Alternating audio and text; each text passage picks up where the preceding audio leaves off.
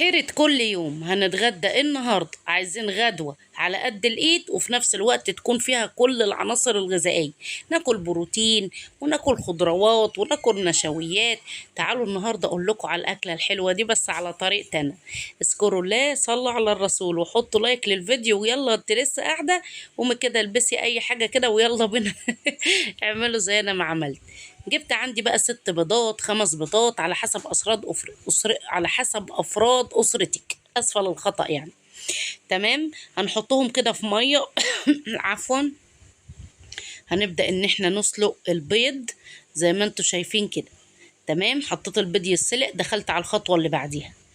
طماطم في الخلاط تكون حمرا زي ما انتوا شايفين، حطيت لها كده ندعة مية وحطيت لها كام فص توم يا جماعة. ولازم التوم بحطه كده بدل بقى ما بتبدأوا ان انتوا تقلوه ويبقى حامي عليكم، لا، عايزة اقول لكم اضربوا كده التوم مع الطماطم، صدقوني هيعجبكم قوي.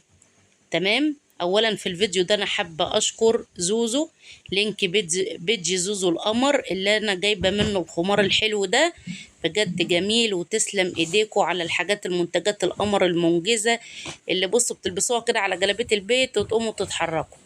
تمام، الحله اللي انا جبتها قدامكم دي فيها شويه من الزيت، حطيتها تتقدح على النار، وبعد كده جبتها قدامكم اهو. حطيت الطماطم بالثوم اللي انا ضربتهم مع بعض، شويه سكر، وقلبتهم في بعض. وهاخد الحله وهرفعها على النار لحد ما تبدا تتسبك. عندي هنا بقى بصلايه كبيره هقطعها في الكبه بالشكل اللي حضراتكم شايفينه ده. هقفل غطا الكبه كده، دي كبه الهاند بلندر الصغيره دي. تمام، عملت كده البصلايه خرط متوسط فيها يا جماعه. النهارده بقى هنعمل ايه؟ هنعمل الكشري الاسكندراني او الرز بعدس الاصفر. عايزه اقول لكم ان دي من الاكلات اللي فيها قيمه غذائيه عاليه ومغذيه ومفيده جدا. تمام، جبنا حله وحطيت فيها البصلايه زي ما انتوا شايفين كده. دلوقتي هحط شويه زيت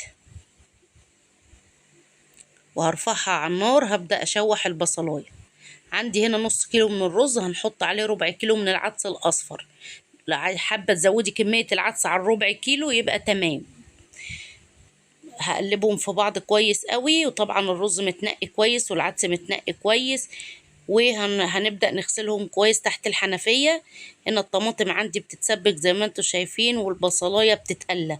اول ما البصلاية اخدت اللون الذهبي الفاتح ده بروح نازلة بلتر من المية، وطبعا كمية المية على حسب تسوية الرز.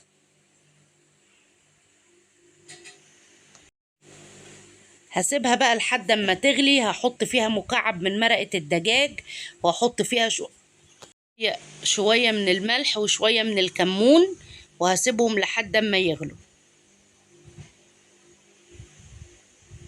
اول ما غليوا كده بالشكل اللي حضراتكم شايفينه ده، بروح بقى مظبطه الملح، واروح جايبه الرز بعدس بروح نازله بيها كده.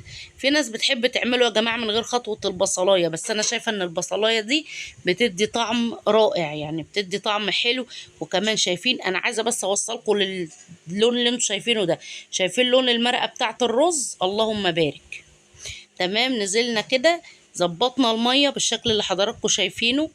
طيب انا ما بغطيش عليه يا جماعه، بسيبه يغلي كده ويقعد يتشرب في بعضه، وبهدي النار وببدا اغطيه لحد ما يستوي كده. امره انتهى خالص. شايفين كده الرز بقى استوى ومفلفل ازاي، وشايفين لونه، والله طعمه بقى الله اكبر. تمام، هنا بقى الصلصه اتسبكت، ما بحطلهاش الا مكونين 2، شطه وملح. شايفين الصلصه اتسبكت ازاي ونطرت الايدان بتاعها؟ شايفين القوام بتاع الصلصه؟ لا هي متسبكه او تقيله ولا خفيفه. تمام، عندي هنا بقى طاسه على النار عشان هبدا ان احنا نعمل البيض المدحرج جنب الاكله دي، بيكون حلو قوي. هحط شويه من الزيت، حوالي معلقه من الزيت او معلقتين، عليهم معلقه من السمنه. ويا سلام لما تكون قطعه من السمنه البلدي، يعني تكون نوع السمنه حلو. عندي هنا البيض المسلوق بعد ما قشرته، وهبدأ ان انا انزل بيه في الطاسة السخنة اللي فيها الزيت والسمنة. هنعمل البيض المدحرج، رشة ملح، عليها رشة من الفلفل الاسود، وهنعمل يا جماعة احلى واجمل بيض مدحرج بالشكل اللي انتوا شايفينه ده. شايفين الجمال؟ عايزة اقول لكم ان ريحة البيض اللي هو بيتحمر والله العظيم اطعم من اللحمة والفراخ. لما بتعملوا البيض المدحرج بالطريقة دي. بس كده، قومي يلا اعملي لغدا النهارده لايك وشير لو عجبك الفيديو. كنتم مع شيف هدير.